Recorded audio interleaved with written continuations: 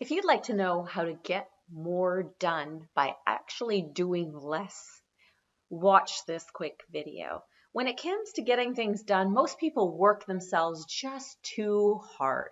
They unnecessarily take on too high expectations of themselves, and they work themselves out into a stressed out mess. And when things go awry, instead of turning things around, they just make it worse. Well, I'm Seba from Publish for Prosperity, and I found a solution to this that I use in my everyday life, and I'd love to share it with you. If you like this video and you'd like to learn how to simplify your life to maximize your success and happiness, that you can also teach to your customers and clients, learn more at publishforprosperity.com/max. And stay to the end of this video for a money-saving coupon code. Okay, so here it is, doing less to get the results you want. Here's something I've been saving for you guys, and I think you're going to like it. People often ask me, how do you get so much done? Because on the surface, in my business and even in my life, it looks like I am always busy, but it looks like I'm probably busier than I am. And my answer is always by doing less. This is a philosophy I carry everywhere I go and with everything I do. In session 1, we discussed your hourly worth and outsourcing tasks, and that's definitely part of this. I outsource most business tasks, leaving me to focus on product planning and marketing. In my personal life, I have a housekeeper and happily hire people to do things that are at a lower rate than my hourly worth, or I just plain don't like to do them. And of course, I have children for chores. And if I'm putting something together, I've learned to ask for help. I know a lot of us like to just do things ourselves and won't ask for help. I don't have problems with that anymore. That, people want to be helpful, so let them be. We don't force them. They don't want to. That's okay. But use the love and help of others. But so outside of that, of who I've hired or I enlisted the help of, this is how I manage my daily life. It's so simple, but something I think most people don't do. So you need to be okay with doing less when it gets you the results you want. Now I'll explain that. We all make these grand plans, whether we're throwing a party, preparing for a product launch, or organizing something at work. We imagine the ideal and we make plans around that. And then when we put the plan into practice and we find it's not going well, we usually do a few things. We stress out like crazy, right? We postpone and move deadlines. And even though we see it's not going to work, we try to complete our plan as much as possible without bothering to make adjustments, which ends up in an unfinished result.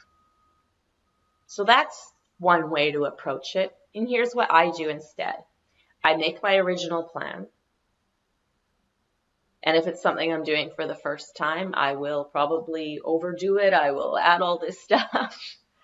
And then I'm going to see how it is in practice. If I see I'm going to run out of time, I make drastic adjustments that will still result in an end result that is good and great even, instead of a half-finished one. Like I just said, like most of us just try to get as much as we can done and then whatever happens, happens.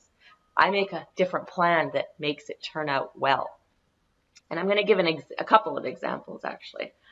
And then I learn from that example, and I stop overdoing it when I do something similar next time. So for example, in my business, I'm doing these product launches over and over again, and I'm learning.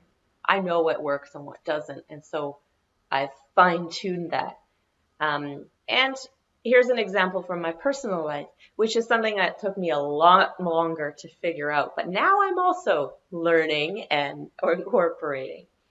So I'm giving you these examples so that you can think about how the behaviors or the thoughts that I have might apply to something that you do. You may not have the exact same examples, but you may approach things the same way. So let's talk about arranging a party. I used to be so horrible with this. I totally overdid things and wanted everything perfect.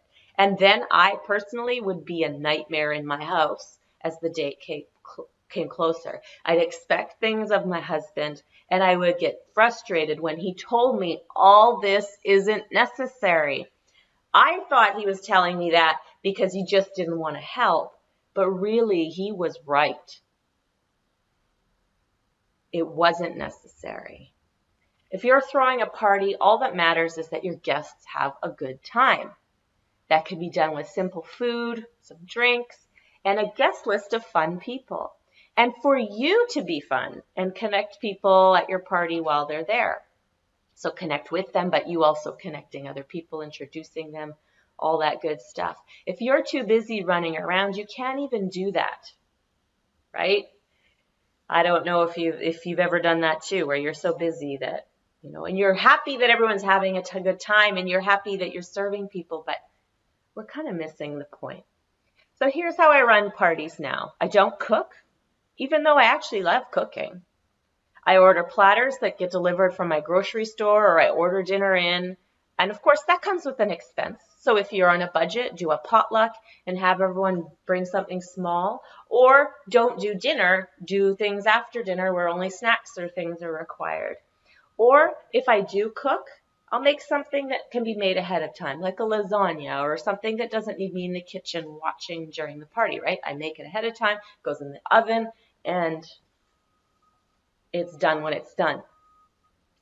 And damn it, I will use paper plates and compost them, because I am not going to be too wasteful if there are a large number of guests.